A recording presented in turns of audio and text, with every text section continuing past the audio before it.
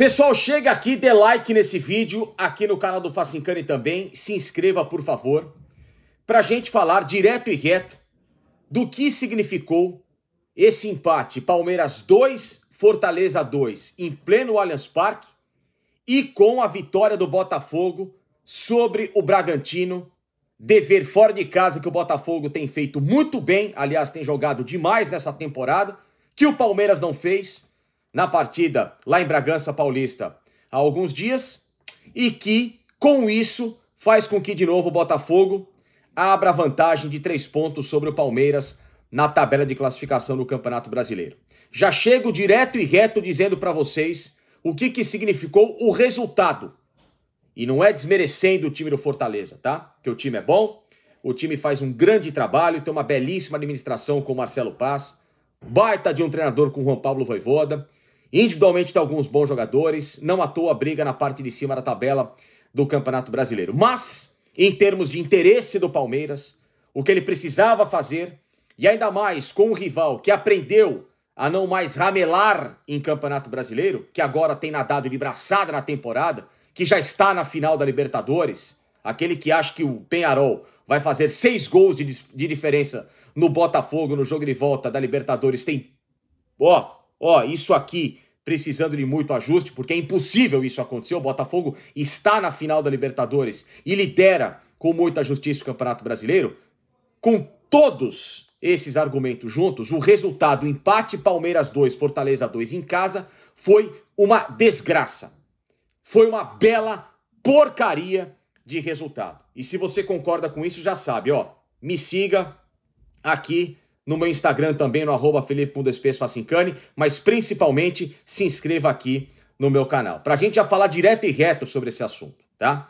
Porque depois do jogo, o Abel tentou amenizar algumas bobagens panelísticas que têm ainda acontecido no Palmeiras e que têm sabotado alguns resultados do Palmeiras na temporada, com a frase de que, pelo menos, somou um ponto. Todo ponto no campeonato é Abel, que ponto que é importante no campeonato? Talvez o ponto que fosse importante no campeonato era empatar com o Botafogo fora de casa, empatar com um rival que está brigando diretamente com o Palmeiras por esse título, Flamengo fora de casa, como foi aquele ponto no Maracanã achado, mais um ponto no qual você teve que ousar sair um pouquinho fora do que você tem feito para conseguir, que foi o gol do Luigi, do moleque, né, de 17, 18 anos, da base, que deveria estar no profissional, deveria estar jogando no profissional. Mas você prefere insistir com um centroavante que é estéril de momento decisivo. Não adianta nada fazer gol inútil. Tem que fazer gol em momento decisivo. Em reta final, que bom jogador tem que aparecer. Coisa que ele não faz. Que ele pipoca em jogo grande, pesado, em decisão. Que no caso é o Flaco Lopes.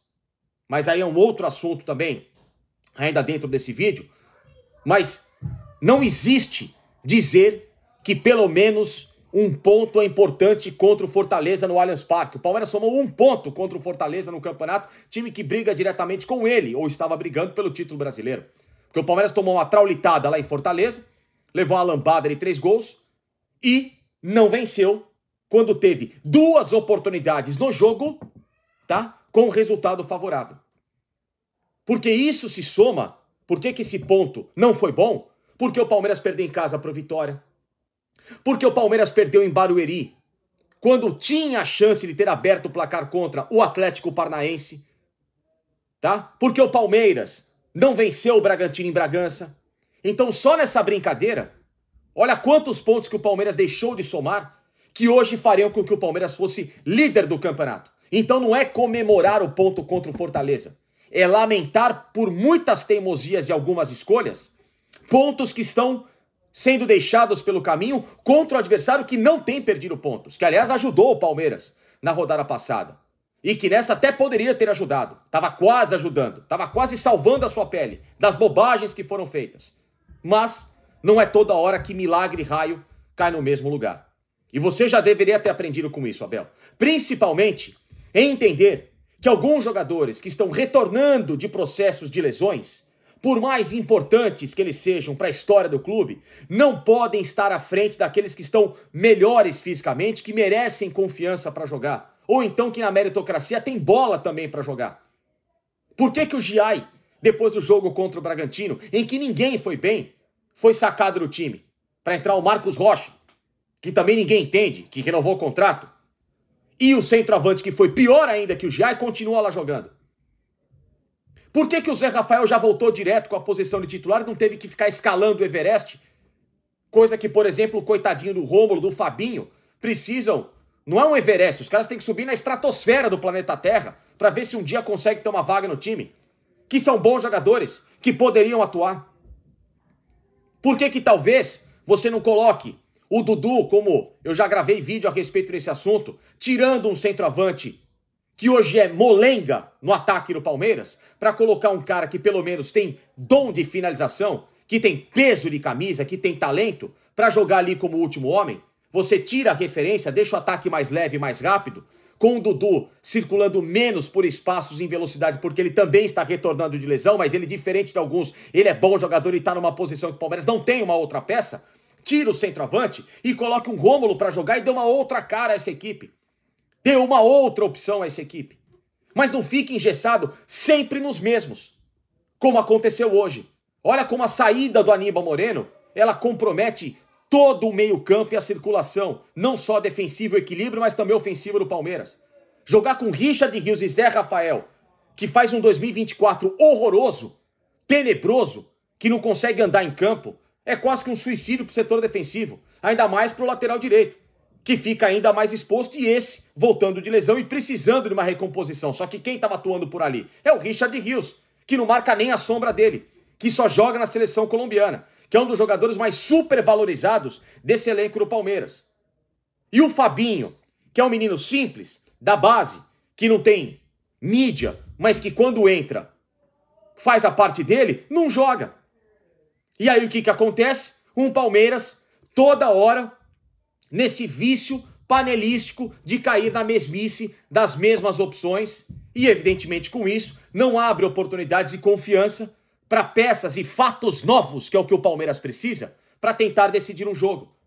O Luigi sumiu do time, por quê? Porque tá jogando o quê? Copa do Brasil Sub-20, Paulista Sub-20, pelo amor de Deus, Abel. O Luigi é jogador já pro time profissional.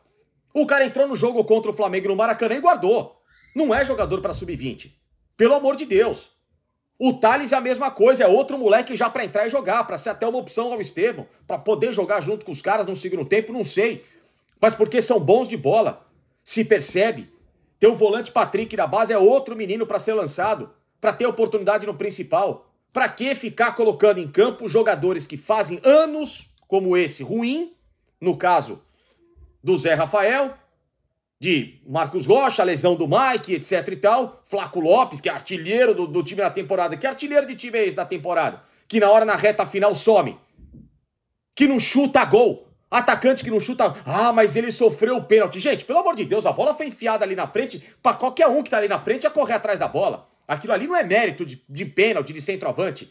Mérito é o cara fazer gol, o cara dar assistência, o cara dar um pivô, o cara quebrar uma linha ali na frente. Não faz isso, não tem atitude. É um centroavante sem a cara do Palmeiras. Olha a diferença do Daverson. Aliás, parabéns pra vocês. Parabéns pra vocês. Que pagaram 50 milhões de reais quase no Flaco Lopes, gastaram no Merentiel, trouxeram o Navarro e dispensaram o Daverson, que estava pronto, ídolo, que faz gol decisivo, que aparece na hora que precisa. Então tem sido assim a gestão do ataque do Palmeiras.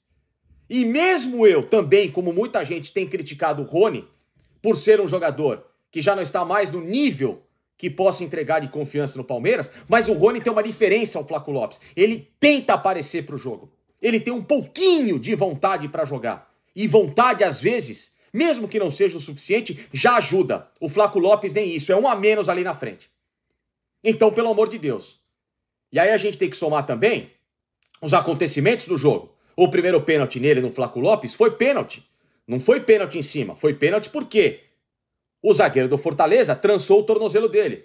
O segundo pênalti do Iago Pikachu é discutível.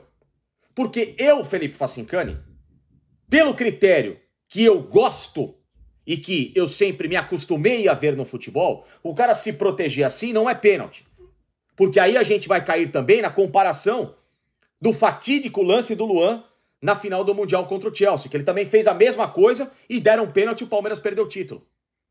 Então, pra mim, não é pênalti. Agora, o critério que inventaram, por isso que a arbitragem, essa puta lambança, desculpa o palavrão, essa merda que é a arbitragem brasileira, é lógico que, com esse bando de critério maluco que os caras colocam, isso aqui vai ser pênalti. Então, pelo critério, o pênalti tá marcado.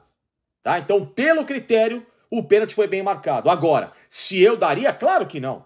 Claro que não. Da mesma forma que o volante do Fortaleza tinha que ter sido expulso pela porrada que ele deu nas costas do Richard Rios, e houve um pênalti no segundo tempo do Pikachu que ele agarrou o Dudu dentro da área. Não deixou o Dudu em progressão. Ah, mas serão 3 pênaltis pro Palmeiras. E daí? Se os pênaltis eram para ser marcados? Azar de quem faz pênalti. A regra tá lá para ser cumprida. Posso não concordar com o critério para ser aplicada a regra, como essa mão na bola do Pikachu no arremate do Caio Paulista, que surgiu o segundo gol do Palmeiras. Agora, se existe uma regra, que se cumpra, infelizmente, né? Eu também não daria a mão do Gustavo Gomes no terceiro gol contra o Botafogo, que seria a vitória histórica do Palmeiras, a virada épica nas oitavas de final da Libertadores. Jamais daria aquela mão. Aquilo ali é uma insanidade, né? É mão pro ataque, mas pra defesa a mesma mão passa, né? Não conta. Então, pera um pouquinho, tá tudo muito maluco. Agora, em relação a isso, aconteceu. Então não adianta chorar. Ah, porque o Fortaleza foi roubado, não sei o que. Roubado coisa nenhuma. Não foi nada, tá? É só olhar a imagem e não brigar com ela. Quem tem um pouquinho de neurônio funcionando vai ver que aquilo ali era para ter sido marcado. O que não era para ter acontecido eram as escalações do Palmeiras. Escalações essas de alguns jogadores que, repito, passam sempre à frente de outros que estão eternamente escalando a montanha. E o que acontece? O Palmeiras não tem fatos novos para apresentar. Fica dependendo do lampejo de um gênio em criação, que é o Estevão, de lampejos do Rafael Veiga, que está jogando muito bem, é verdade, jogou praticamente sozinho, né, no meio-campo do Palmeiras, e de uma outra atuação individual ali que possa não ter muito chamado a atenção, mas que não tem comprometido. Mas de resto, é um Palmeiras previsível. Um Palmeiras que tem nadado, mas que tem dado sinais que vai morrer na praia, mesmo ainda com o campeonato dependendo dele, Palmeiras.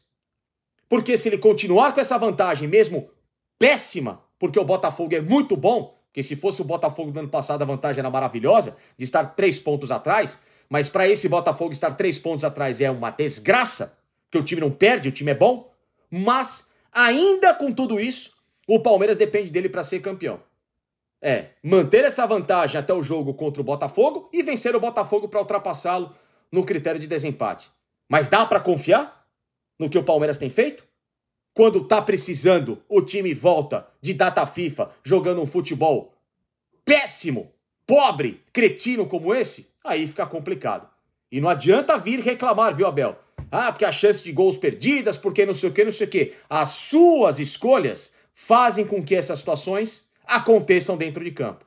Então, o discurso pode parecer o mesmo dos últimos meses, de que a sua teimosia tem sabotado o seu grande conhecimento de futebol e o próprio time e o elenco do Palmeiras, que tem peças que já poderiam ter desabrochado melhores e que por essas escolhas panelísticas acabam fazendo com que o time apresente às vezes esse tipo de resultado bem ruim.